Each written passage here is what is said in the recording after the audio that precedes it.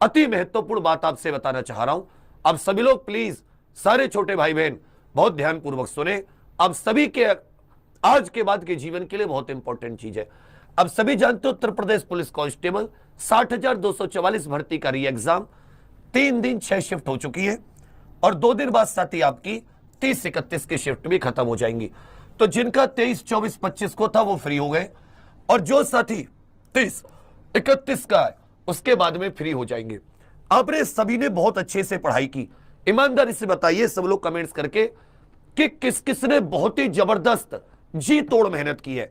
आप सभी जानते हैं आपने जी तोड़ मेहनत की है, आपने जी तोड़ मेहनत की है इस बार, और आपने रात दिन एक कर दिया। यही किया ना, रात दिन जैसे कहते हैं ना एक कर देना। आपने सच में रात दिन एक कर दिया। मैं देखा रात को 2 बजे क्लास है तो भी आप देख रहे हो, दिन में 2 बजे क्लास है तो भी आप देख रहे हो। आपने अपना नींद, चैन, सुकून सब कुछ आपने दांव पे लगा दिया। उसका परिणाम क्या हुआ? उसका परिणाम साथी यह हुआ कि या तो आपका पेपर बहुत अच्छा गया है क्योंकि आपने मेहनत की और वो आपका दिन भी अच्छा था। बहुत सारे बच्चों ने बहुत मेहनत की लेकिन किन्हीं वजह से उनका पेपर उतना अच्छा नहीं गया, उतना अच्छा नहीं गया जितना उनको एक्सपेक्टेशन थी। चलो अब ये जानते कि आपने 4 विषय, आपने गणित पढ़ा है, आपने रीजनिंग पढ़ी है, आपने बच्चा जीके पढ़ी है और आपने बच्चा हिंदी पढ़ी है। आप ये जानते चारों सब्जेक्ट, और चारों सब्जेक्ट में मैं कहता हूं अच्छा गया अच्छी बात है, अगर उतना अच्छा नहीं गया बुरा गया है तब भी मैं गारंटी कह रहा हूं कि 50-60% तो आपका बहुत अच्छा, मतलब आप 150 क्वेश्चनों में से 70, 75, 80 तो जरूर करके आए होंगे। मतलब जहां बुरी हालात में थे, जहां आपको कुछ नहीं आता था, वहां से आप सोचो यहां से आपने चलना शुरू किया था। यह आधार था आपका जहां पर आप शून्य थे, और आज साथी कम से कम आप इस जीतोड़ मेहनत से यहां 50-60% पर तो पहुंचे। मतलब आपकी आधी मंजिल तय हो गई, आपने अपना आधा रास्ता तय कर लिया।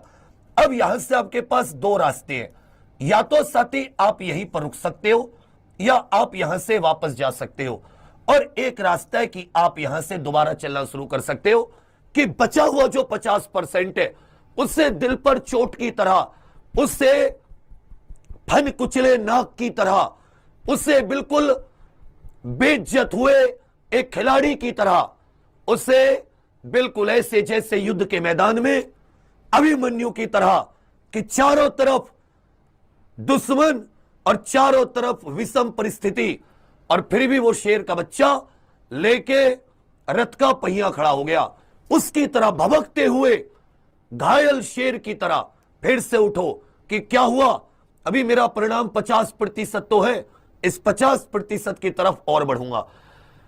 और 4 सब्जेक्ट आपके तैयार है, आपके पास 2 रास्ते हैं, या आप उदास, रोना, पढ़ना, छोड़ना ये सब कर सकते हो, लेकिन इससे परिणाम क्या मिलेगा?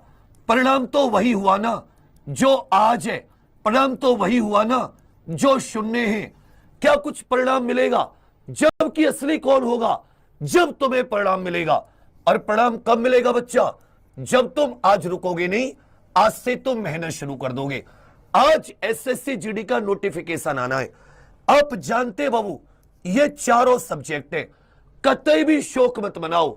शोक मनाते कायर, वीर मनाते हैं लक्ष्य। शोक मनाते हैं कायर और वीर क्या मनाते हैं? वीर मनाते लक्ष्य, मंजिलों को।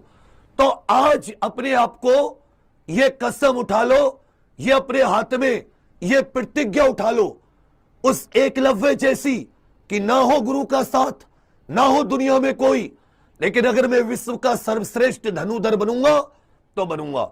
उस अभिमन्यु की तरह क्या हुआ कि मैं चक्रव्यूह से बाहर नहीं निकल सकता, तोड़ तो सकता हूं ना, आत्मविश्वास तो चटका सकता हूं ना सबका। तो कहने का अर्थ क्या है बच्चा? यहां से तुम्हें वापस नहीं होना। तुम उस कसम को याद करो जो मां बाप को दी है। 50% पहुंच चुके हो, 0 पे नहीं हो तुम। अब से पहले 0 पे थे, आज तुम 50-60, तुम में से कोई 70-80 पे होगा। बस तुम्हें थोड़ी सी मंजिल, अगर तुम यहां से लौटे तो तुम्हें कायर, और तुम्हें यहां से कोई नहीं पूछेगा।